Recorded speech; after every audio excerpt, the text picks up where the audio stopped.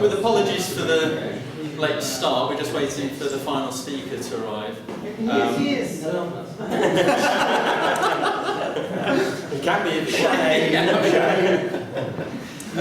Which will be in a few moments.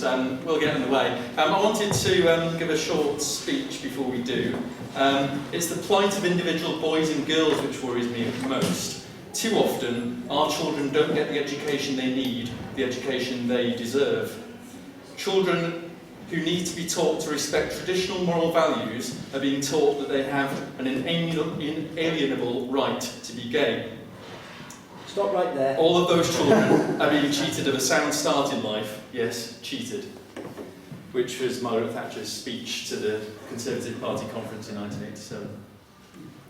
Welcome along to the GALHA event tonight. My name is Adam Knowles. I'm chair of GALHA LGBT Humanists. Big sign, it's new. These like it and things. All our details are on there, the website. Thank you. And all our details are also in a newsletter, which I've forgotten. Can I just grab one of those? Thank you. We've been around since 1979.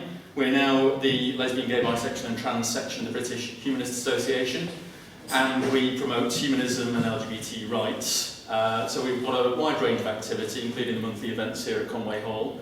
And we do campaigning work. We're in Pride this year, so please get on the website and get involved if you can. Tonight we need some money towards the hire of the room, so if you can afford to, we'd very much appreciate a donation. Noel, is there a donations box at the back there? Yes. Give it a jangle. Jimmy bits for us. Otherwise, do support us by buying wine. I find that's the best way to do it. We have, what's next? We do have an event in... Derek knows more about that. Yes. Would you mind, Derek, telling us what the date of the next meeting is? Do you know? Well, it should be Wednesday the 15th of May. Okay. Is there a... will divine intervention prevent... Or we'll keep you up to date on meet time. Yeah, okay. And it's Dr. Matt Cook from Birkbeck talking about the English sexual revolution. Okay, excellent. All the details are on GALHAmeetup.com. Yes, it's Matt Cook next month. If you do want to know any more about GALHA as an organisation, come and talk to me or anybody wearing this badge. Or if anybody, Mike and Derek, if you can just stand up quickly to identify yourselves. These are official representatives of the organisation, so please come and talk to us if you want to get involved or do anything for GALHA. Otherwise, without any further ado, I shall hand over to your chair for the evening, Mr. Richard Unwin. Thank you.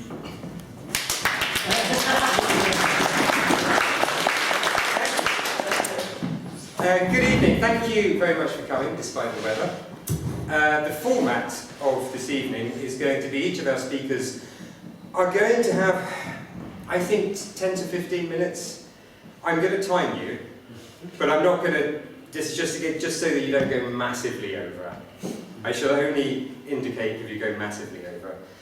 And after our speakers have spoken, we're then going to open up the floor to questions, so please be thinking of questions whilst you listen to the speakers.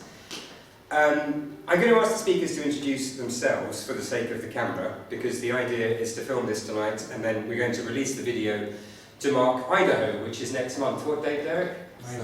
May 17th, the International Day Against Homophobia and Transphobia. So without further ado, Becky, you're going to start.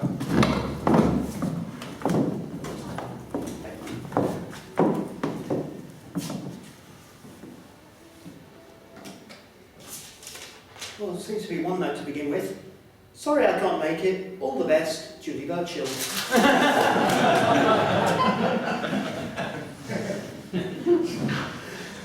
Good evening. I'd like to thank GALHA for the invitation to talk to you this evening. Let me begin with a disclosure, one which relates to a decision which, in recent years, I've received no end of ridicule and abuse. And one which, in the eyes of many, has cost me greatly in terms of social credibility. Yeah, I really screwed the pooch when I joined the Liberal Democrats. Given the title of this evening's event, many of you might have been expecting that disclosure to end a little differently, with perhaps a reference to my identity as a transgender woman. But then for me, as decisions go, that was a no-brainer. A choice between being the person you are or a life of denial of self is no choice at all. So if you're looking for a point here, I think I'm prepared to take the heat for the decisions I make, but I won't tolerate violence, abuse and social exclusion just because I dare to be myself. And I guess that's why I've been asked to come here to talk to you tonight. So for the vast majority of you who don't know me, let me introduce myself. My name's Rebecca Shaw. I identify as a trans woman, and I'm also gay. For some years now, I've been campaigning for equality and social inclusion for lesbian, gay, bisexual and trans people. In 2010, I became the co-chair of Rainbow Hamlets, a forum for LGBT people in the London Borough of Tower Hamlets. And in that role, I've sought to represent the interests of the borough's sizable LGBT population on matters of community safety, public health, and provision of services by the local authority and by its partner organisations. Now we've gone corporate, I remain a director of Rainbow Hamlets, but I'm based permanently in Hinckley in Leicestershire, where I'm coordinating a volunteer project, again to promote equality and social inclusion for LGBT people. In the few minutes I have with you, my aim is to paint a picture of what transphobia looks like, colour it with a few personal reflections, and explain how it affects us, why perhaps it happens, and what we can do to stop it. So my starter for today is this: what is transphobia? The commonly held definition of a phobia is irrational fear.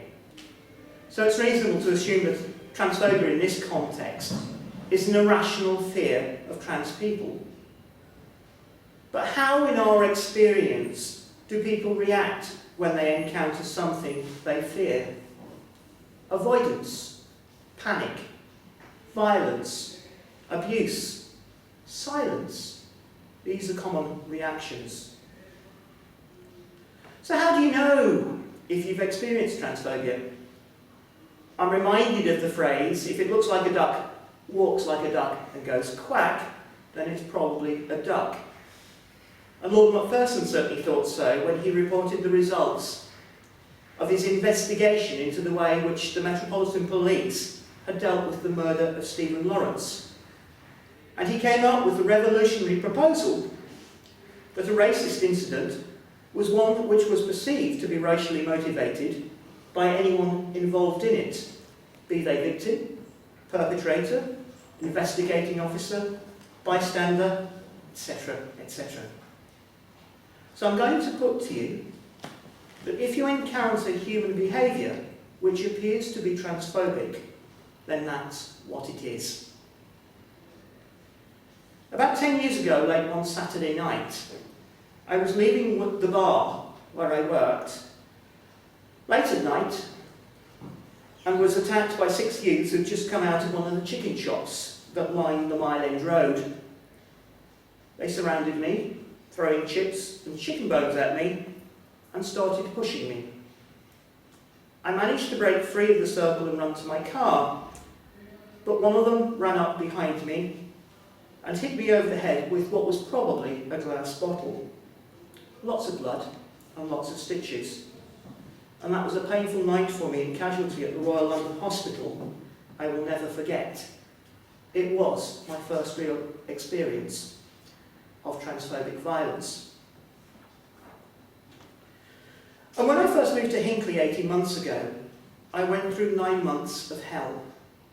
I was frequently woken at night by antisocial behaviour outside my bedroom window. Stones were thrown at the window, and there was verbal abuse. And when a neighbour complained to the landlord, it was my friend and I who were asked to leave. It's easier, it seems, to relocate the problem elsewhere than address the root cause. I've got to confess that such incidents are not without their humour. An exasperated officer from the council's community safety team, replying to about my 30th report of an incident, and struggling to establish how the CCTV cameras they'd installed had failed to capture the perpetrator, asked me how I was sure it couldn't be birds flying into the window. So I told him, well, since it took place at about 2 o'clock in the morning, and I'm pretty sure that the thud on the window was accompanied by the words, tranny freak, you better issue the ASBO in the name of the lesser spotted parrot owl.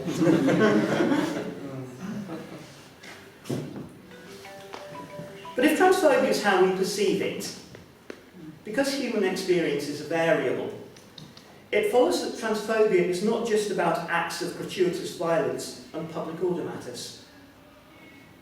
One trans person who came to me for support told me how, while shopping in the local Tesco, she'd been upset to hear a child ask a parent in a loud voice, "Why is that man dressed like a lady?" And to hear the response, "Don't go near him, he's probably dangerous." And when I told someone else about how 3 girls laughing their heads off had taken a photograph of me on a mobile phone, I found my experience was by no means unique. We had little difficulty in agreeing that was transphobic. After 10 years of living this life, I'd like to think I've got a reasonably clear picture in my mind of what constitutes transphobia and what doesn't. But there are times when I think, am I being a little too oversensitive? It took me a long time to get used to people staring at me when out in public, how they edged away or just got up and moved when I sat near to them, the way a room suddenly fell silent as I walked through the door. And I'd be lying if I said that it no longer affected me. At my lowest point, it still hurts. And again, many trans friends agree. So it seems our perceptions of what is transphobic or not are subject to change, depending where we are in that one particular moment in time. And it's not just people who can be transphobic. There's such a thing as corporate transphobia. In the work I'm doing at the moment in Leicestershire, I'm finding that the District Council is not used to being held to account for the way it formulates and implements policy. We have out there this wonderful thing called the Equality Act, which imposes a duty on public authorities to foster good relations between people who have particular protected characteristics. And for the avoidance of doubt, gender reassignment is one such characteristic, and those who do not. But when you look at the equality impact assessments through which they're required to demonstrate that they've had due regard to the diverse needs of the people who live in the borough, you often see a blank section when it comes to the paragraphs about gender reassignment and sexual orientation. And this is where we find ourselves moving on in this discussion, where it evolves from what is transphobia, to how it happens. Because an inherent transphobia and failure to address it means that the problem becomes more and more entrenched. And this is particularly so in our schools.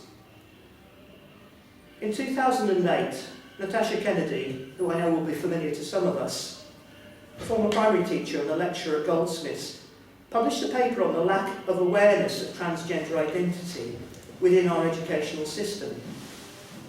It had taken a Stonewall research project in 2007 to tell us what we already knew, that homophobic bullying in schools was rife, and that the legacy of Clause 28, thank you Adam for reminding us about it, persisted.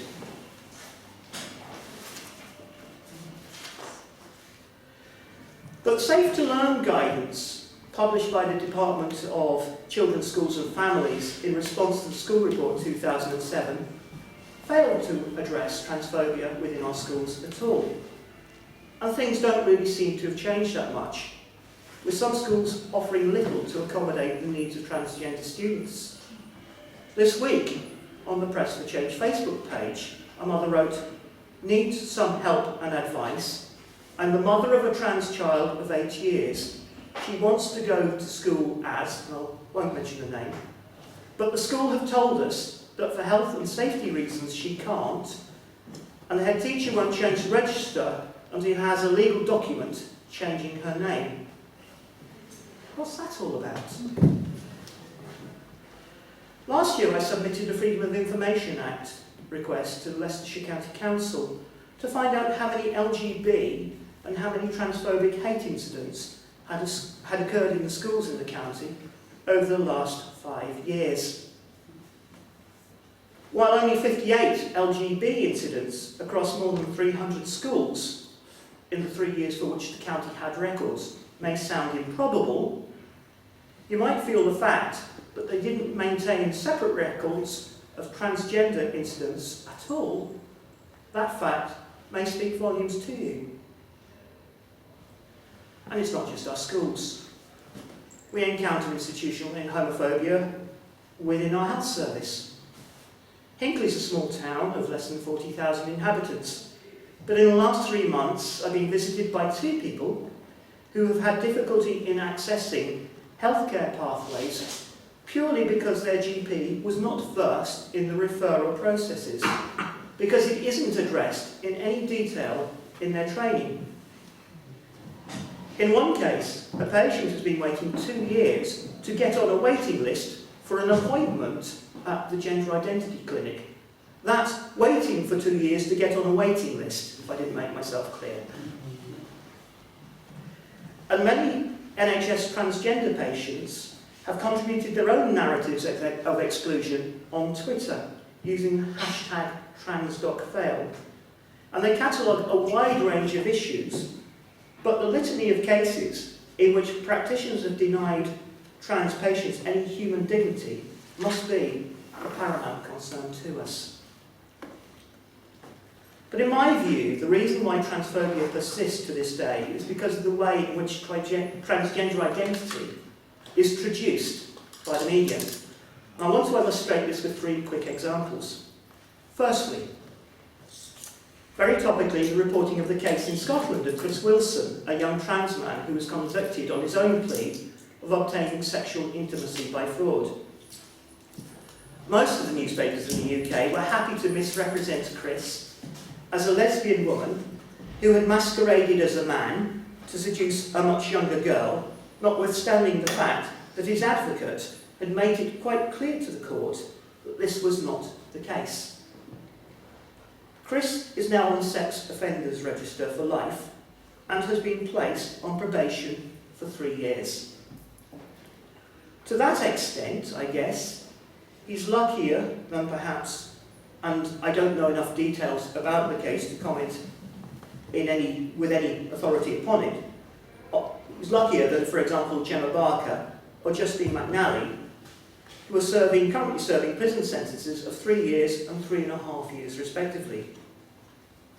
And for what it's worth, my observations on the legal system that finds it acceptable to criminalise people for not disclosing gender identity or gender history to sexual partners isn't repeatable here. The second thing I want to refer to is an article written by Julie Birchall, cue the notes, and published by The Observer on the 30th of January, coloured by language like bedwetters in bad wigs. And that really represented a low point for me. Well, until March. Here was festering bigotry, justified as opinion and comment, which vilified trans women because some had had the temerity to criticise her friend Suzanne Moore. And I'm not forgetting that particular Twitter storm was actually started by someone who identified as cisgender. Only months earlier, Lord Leveson had reported the outcome of his investigation into press regulation, had noted that groups of people who were abused in such terms had no recourse to the Press Complaints Commission because only identifiable individuals had that right, and he'd recommended that there should be some mechanism for redress in such cases.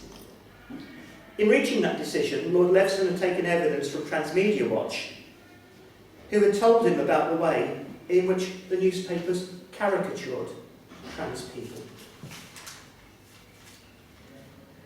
800 people complained about Birchall's article, and the Press Complaints Commission, which took 2 of those complaints as representative of the whole, ruled that Birchall's article was purely a comment piece without factual content, well, I agree with that, and therefore could not be held to be factually inaccurate. Nor had she made any unwarranted comments about a named or identifiable individual, and so consequently they found that she was not in breach of the PCC Code of Practice. And given the limitations of that particular code, their position is, in all likelihood, unassailable. But I come to point 3.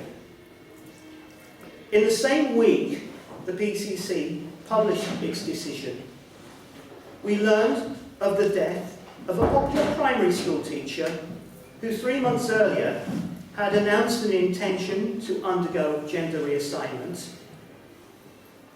and had told her employers that in the new year she would be returning to the Church of England primary school where she worked in the name of Lucy Meadows.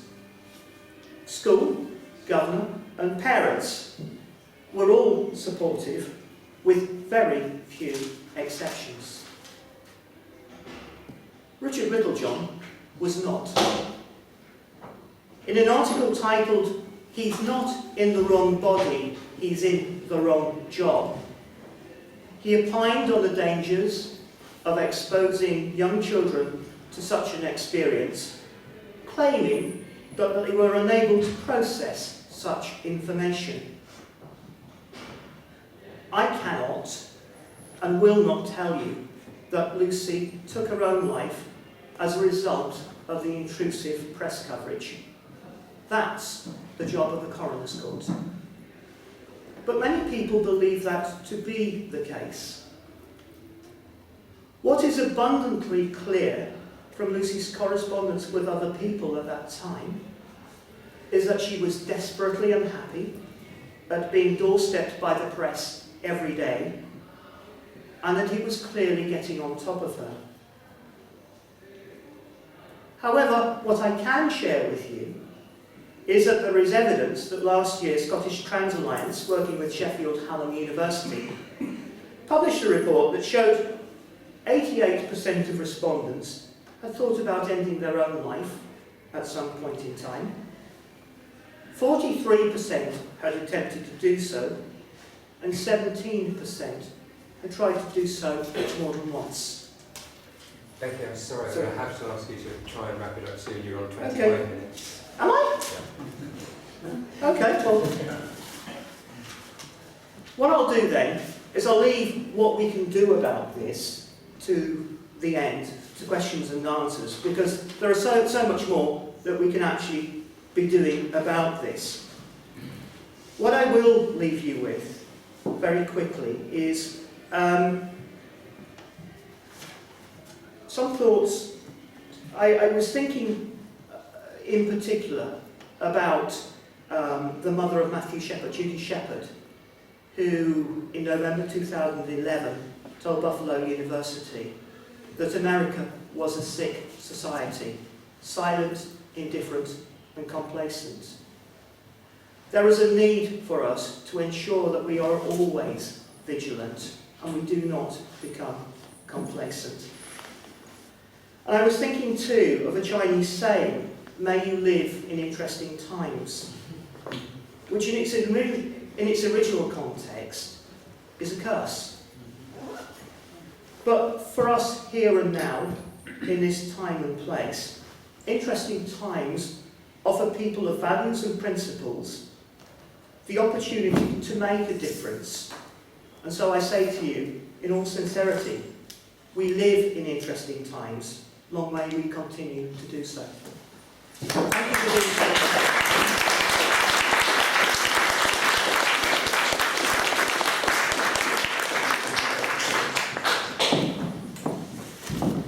Thank you very much. I think our final speaker has arrived. And you're going to go next. Apparently I've set my timer to 25 hours instead of 15 hours instead of 15 minutes. That's amazing.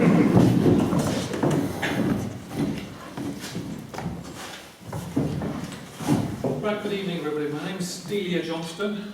I'm going to come in from a slightly different angle on the trans story. Let's give you a quick potted history. Who am I? What am I? What the heck am I doing here? And what's my purpose in life? 3 months ago, I thought, I know, nothing else better to do. Let's change gender. It's quite often the public perception of what's involved. You take a magic pill, bang, job done. What people don't realise is that a year, 18 months beforehand, once I knew I was going to do that switch, is that anguish of what's going to happen. This is where social media, etc., is useful, but it also can be counterproductive, because you hear some real horrors out there. Families, friends, employers dumping you.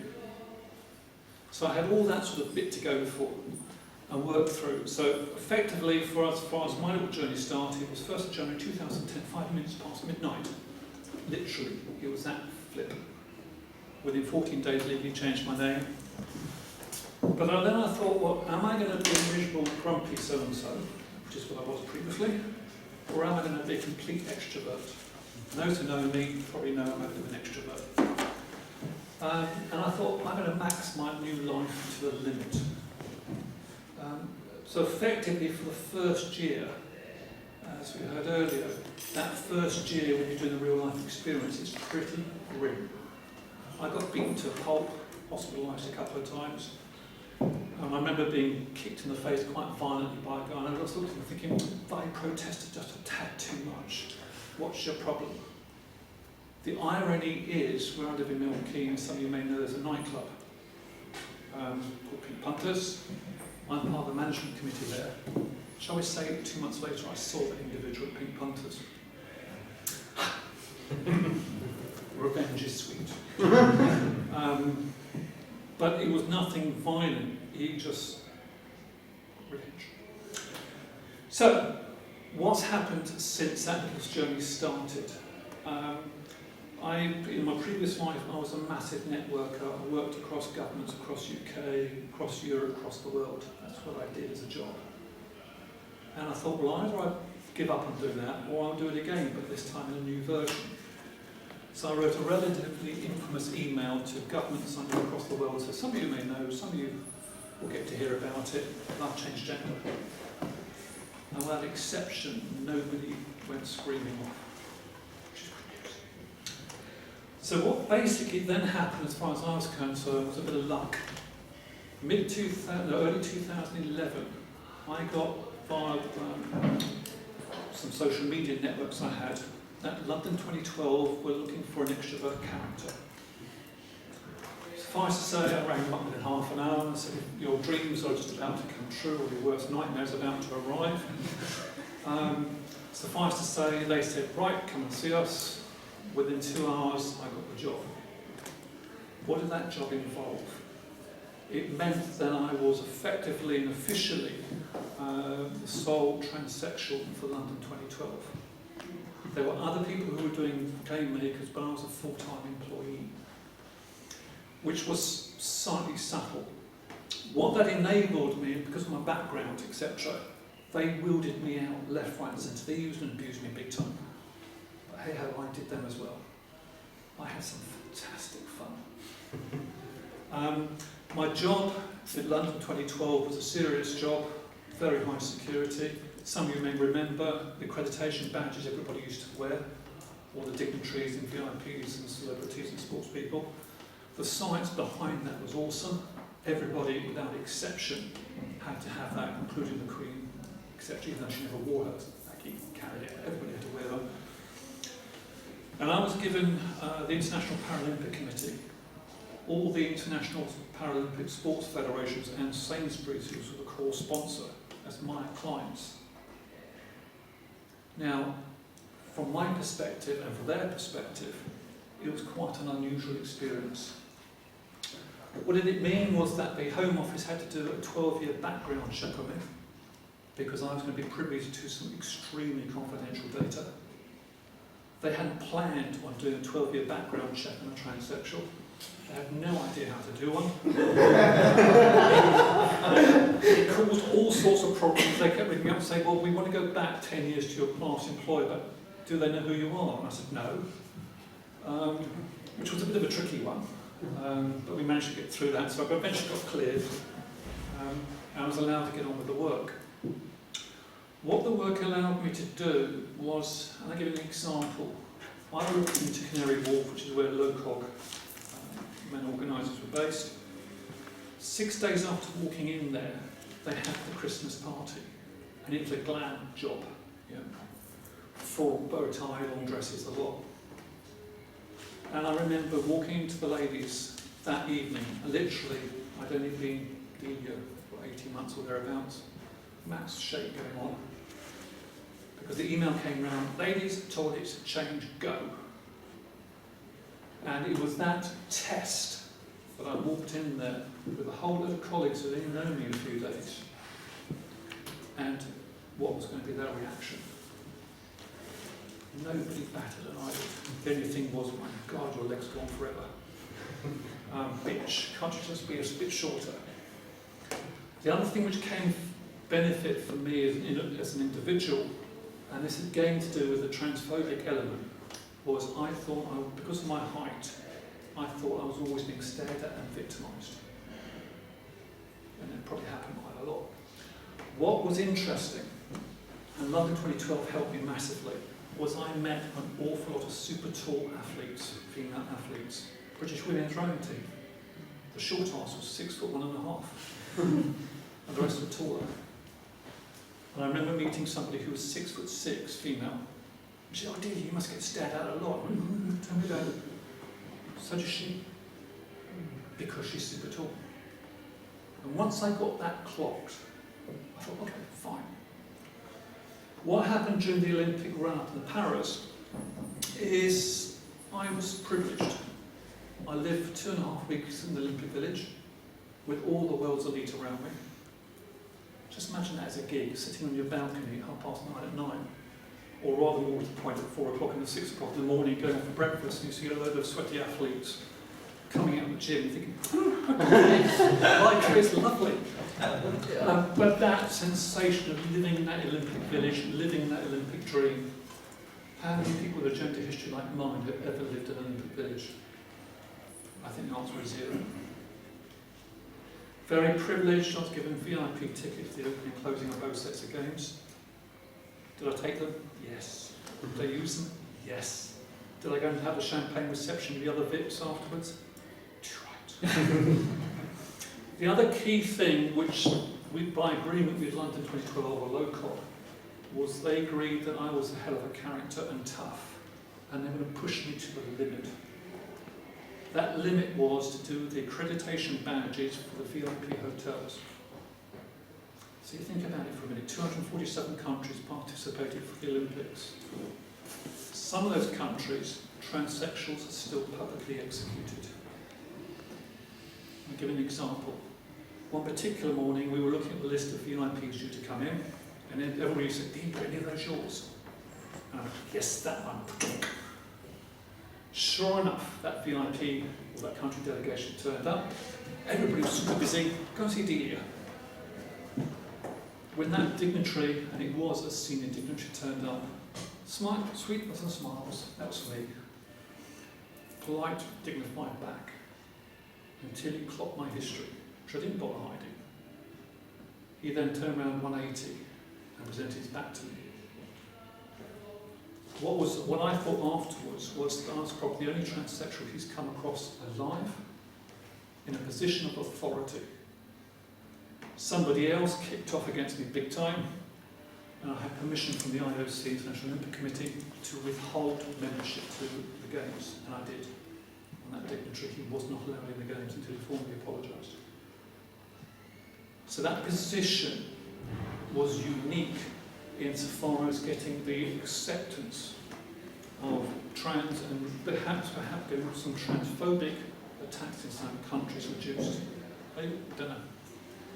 Certainly remember one particular time an African dignitary got a bit uppity because I wasn't moving fast enough to get to, because there was a guy I was helping at the time.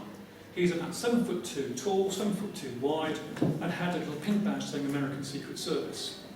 Subtle isn't the word.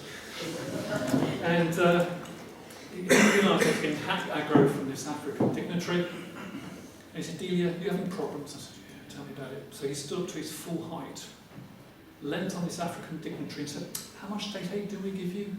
Leave Delia alone." And then sat back down again. That was just worth all the grief I was getting. So what's happened since London 2012? I've gone sports crazy, funny enough. Naming the most homophobic, transphobic sport in the UK. I'll say the effort is football. Guess where I went to work as a consultant in November, December, and it was the FA. I was asked to do root and file, top to bottom review of the whole of the FA from a trans perspective solely. That privilege, if you like, yes, they paid me, don't do anything for free, was spectacular because they had an awful lot of homophobic messages in there, nothing to do with trans whatsoever. The end result is I wrote a 10,000 word report, 67 recommendations, and every recommendation is being implemented as we speak. That is happening. Some of it will take a year, 18 months to implement because the timelines are tricky. One implementation has happened already. I did a session this Wednesday with the senior managers of Wembley Stadium. If you go in there up until last week, there were text messages if you had racism, etc., or a homophobic chant. As of last Wednesday, is also a transphobic chant. That's now across Wembley, at all levels of the stadium. So football, funny enough, gets trans. We've had a couple of meetings. I've got more yet to come with football in all its forms. They are getting it. Out of that, particular sports connections are now working with across other sports, because quite often they just don't get trans. What does it mean? What do you do with changing rooms? What do you do with toilets? One sports organisation has a 32-page document on what to do with transsexuals who wish to participate in that sport. That's not to make you welcome, that's to cover their legal backsides. 32 pages. Fine. I rocked up and said, "I'm playing the sport." I said, "Do you have a problem?" I said, "No." Tough. And I do. What's come out of that is they're now doing a one-pager to make trans people welcome. Simple things like, how do you explain the changing rooms? What are the changing room layout like? Are they private showers or is it communal showers? Is it private changing room, communal changing rooms? Simple, straightforward, easy things to do. Be it from male to female, female to male, doesn't matter which way. So sport, I find it fascinating, and this is where my life is now heading. It's clapped out body, and it's seriously clapped out right now. So you're aware, if you see me disappear in a few minutes, I had my surgery 3-4 weeks ago. It's a bit of an ouch right now. So I'm popping pills, so it's not magic pills, it's just going, taking the pain off. But effectively, what I'm now committed to do is make sport in all its forms acceptable. I have my eyes set on the International Olympic Committee, and nobody doubts I'm not going to get my teeth into them. If anybody looks at the IOC's rules for transsexuals to participate in international sport, the rules are crazy. They were agreed in 2004. And nobody in the UK is really going to achieve the rules set by the IOC. Is that a problem? Are we going over time, by the way? Go on. Okay. Is that a problem? Yes, because sport across the UK for lack of any other guidance, is following the IOC's rules. So even if you want to play at your local club, you have to have be at least 2 years post-gender surgery before you're even allowed to participate. Minimum 2 years post-surgery. And you all know that in the UK that can be quite a few years' wait. So that's why I'm working by sport, by sport, by sport to say, no, let's look at the rules again. If you look at the gay games, anybody know about the gay games? London's bidding, 2018. For trans perspective, the gay games are critical. So ignore the title from a trans perspective, but what it means is for in gay games, if you're 1 year on prescribed hormones, you can participate in your required gender sport. So my argument to all the sports I'm dealing with across the country, hopefully Europe soon, is to say, can't we have a measure bit of both? Club level, remove transphobic, have introduction for trans people. The NHS, bless them, particularly bless them as far as I'm concerned a few weeks ago, they demand you to be fit and healthy. How the hell do you get fit and healthy when sports clubs, sports facilities put barriers for entry? That is fundamentally wrong.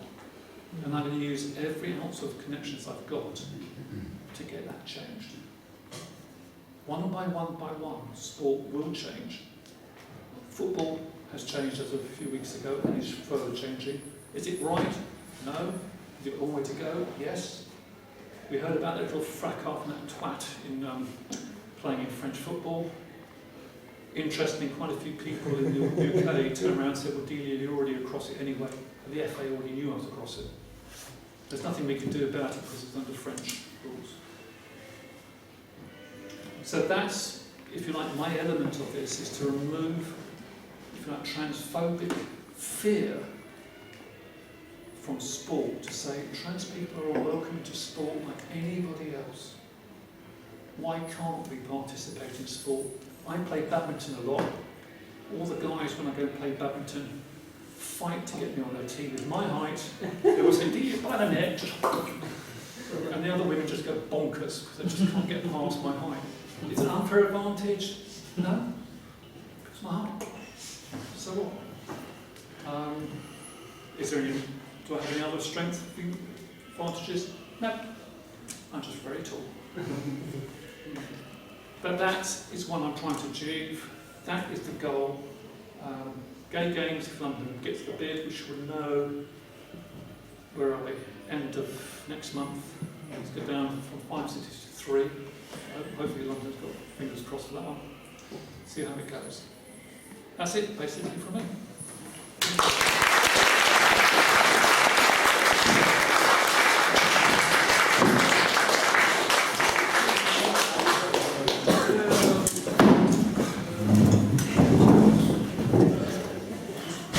Any preference? Anybody gagging to go next? Dominic?